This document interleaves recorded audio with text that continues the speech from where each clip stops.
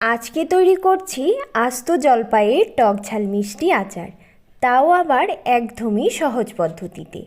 আমি এখানে 500 গ্রাম জলপাই ভালো করে ধুয়ে পরিষ্কার করে নিয়েছি। এবার একটা ছুরির সাহায্যে জলপাইয়ের গায়ে এইভাবে ঝিরিঝিরি করে দাগ কেটে দিচ্ছি। এতে করে খুব সহজেই জলপাইয়ের ভেতরে মশলা ঢুকবে আর খেতেও অনেক টেস্টি হবে। এবার আচারের জন্য একটা মশলা রেডি করে নেব। সবার প্রথমেই কড়াইটা গ্যাসে বসিয়ে মিডিয়াম টু লো ফ্লেমে শুকনো কড়াইতে 3-4টা শুকনো লঙ্কা, 1 টেবিল চামচ আস্ত ধনে, 1.5 টেবিল চামচ মৌরি, 1 টেবিল চামচ জিরে আর 3 থেকে 4টা গোলমরিচ দিয়ে শুকনো কড়াইতেই ভালো করে ভেজে নিচ্ছি। দেখো সুন্দর ভাজা হয়ে গেছে। এবার একটা প্লেটে নামিয়ে ঠান্ডা করে নিচ্ছি। ঠান্ডা হয়ে গেলে মিক্সিতে দিয়ে একটু গুঁড়ো করে নেব। মনে রাখতে হবে মশলাটা কিন্তু একেবারেই মিহি করে গুঁড়ো করা যাবে না। এবার কড়াইতে জল দিয়ে ঝিরি করে দাগ কেটে রাখা জলপাইগুলো ঢাকা দিয়ে 2-3 মিনিটের জন্য সেদ্ধ করে নেব। জলপাইগুলো যেহেতু পাকা ছিল তাই বেশি সেদ্ধ করার দরকার হয়নি। ছেঁকে জল থেকে তুলে নিচ্ছি। এবার 250 গ্রাম গুড় কড়াইতে দিয়ে মিডিয়াম টু লো ফ্লেমে ছোট একটা বাটিতে 1 বাটি জল দিয়ে গুড়টাকে গুলে নিচ্ছি। দেখো গুড়টা খুব সুন্দর জলের সঙ্গে গুলে গেছে।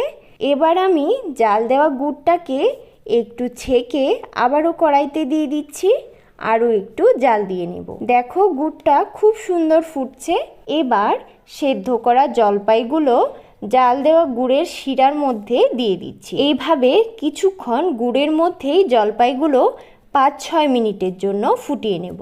এবার 1/2 চা চামচ হলুদ গুঁড়ো, 2 চা চামচ লঙ্কা গুঁড়ো আর 1.5 চা চামচ নুন দিয়ে দিচ্ছি। ঝাল আর নুনের পরিমাণটা তোমাদের স্বাদ অনুসারে তোমরা ব্যবহার করতে পারো। ভালো করে মিশিয়ে নিই। এইভাবে জলপাইগুলো গুড়ের শিরার মধ্যে আরও 5-7 মিনিটের জন্য ফুটিয়ে নিচ্ছি। জলপাইগুলো কিন্তু একটু পরপরই নেড়ে দিতে হবে, না হলে কড়াইতে লেগে যেতে পারে। এভাবে ফুটতে ফুটতে আচারের শিরাটা যখন শুকিয়ে আসবে তখনই যে ভাজা মশলাটা গুঁড়ো করে বানিয়ে রেখেছিলাম ওইখান থেকেই 2 চা চামচ মশলার গুঁড়ো আচারের মধ্যে দিয়ে দিচ্ছি। ভালো করে মিশিয়ে নিলেই তৈরি সুস্বাদু জলপাইয়ের আচার। খুব সুন্দর একটা গন্ধ বেরিয়েছে। বাড়িতে অবশ্যই ট্রাই করে দেখতে পারো, না হলে কিন্তু খুব ভালো একটা রেসিপি মিস করে ফেলবে। আশা করি সম্পূর্ণটা রেসিপি তোমাদের খুব ভালো লেগেছে। দেখো জলপাইগুলো খুব সুন্দর সেদ্ধ হয়ে গেছে আর কি সুন্দর জুসি হয়েছে। আমার আজকের এই রেসিপিটা যদি তোমাদের ভালো লেগে থাকে তাহলে অবশ্যই একটা লাইক, কমেন্ট, শেয়ার করে চ্যানেলটাকে সাবস্ক্রাইব করতে কিন্তু ভুলবে না। ধন্যবাদ।